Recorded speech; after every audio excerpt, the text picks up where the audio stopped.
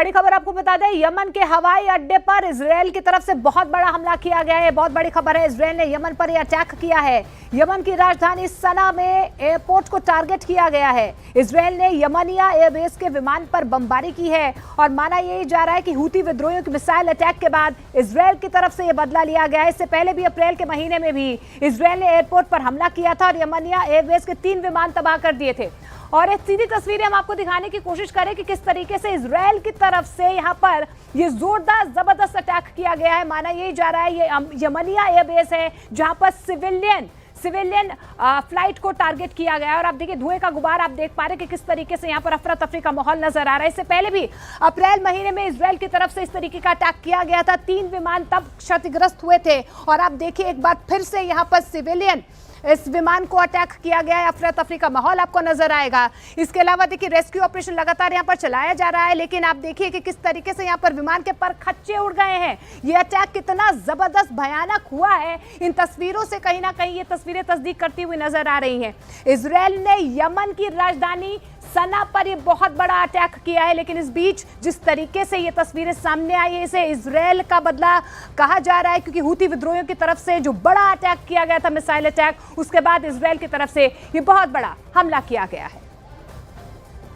और Donald Trump ने Iran से एटमी डील को फायदे का सौदा बताया है, लेकिन डील से पहले नेतन्याहू और ट्रंप की फोन पर तीखी बहस की रिपोर्ट सामने आ रही है। नेतन्याहू ने ट्रंप से एक बार फिर ईरान के परमाणु अड्डों को तबाह करने की मांग दोहरा दी है। वहीं अमेरिका से खबर है कि इजरायल किसी भी वक्त ईरान के एटमी अड्डों पर हमला शुरू कर सकता है।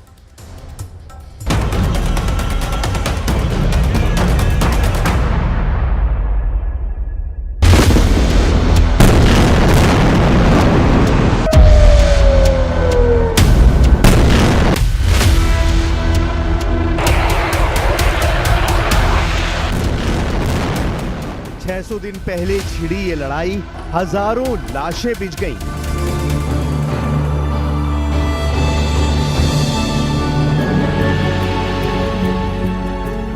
कई देश खाक हो गए, मगर ना युद्ध रुका, ना ही मौत का तमाशा। बम और बारूद के बाद भूख की त्रासदी गजा को दहला रही है।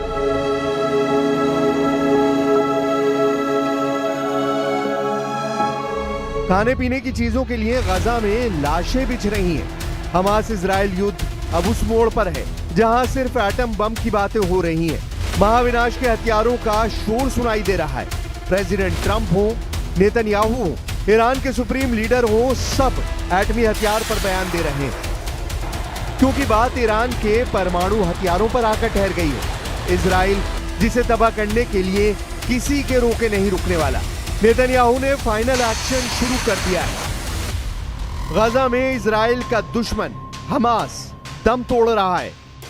लेबनान में इजराइल का दुश्मन हिजबुल्लाह बेदम हो चुका है। सीरिया में इजराइल के दुश्मनों का काम तमाम हो चुका है। इराक में इजराइल के दुश्मन कट्टर लड़ाके सरेंडर कर चुके हैं। यमन में हूती के होश अमेरिका और इजराइल ने उड़ा रखे हैं। तो क्या अब इजराइल असली दुश्मन पर हमला करने जा रहा है? क्या ईरान के एटमी अड्डों की तबाही शुरू होने वाली है? इजराइल ने जिसे टारगेट बनाया वो खल्लास हुआ। दुश्मनों की गिनती भी इजराइल नहीं करता। कोई भी आ जाए, कितना भी ताकतवर क्यों ना हो, इजराइल को जिसने छेड़ा है वो तबाह हुआ है। लेकिन ईरान ऐसा दुश्मन है जिसने इजराइल को जंगी जेट का जवाब हाइपरसोनिक मिसाइल से देता रहा है। ईरान ने इजराइल में घुसकर मारने की जुर्रत तक दिखाई है।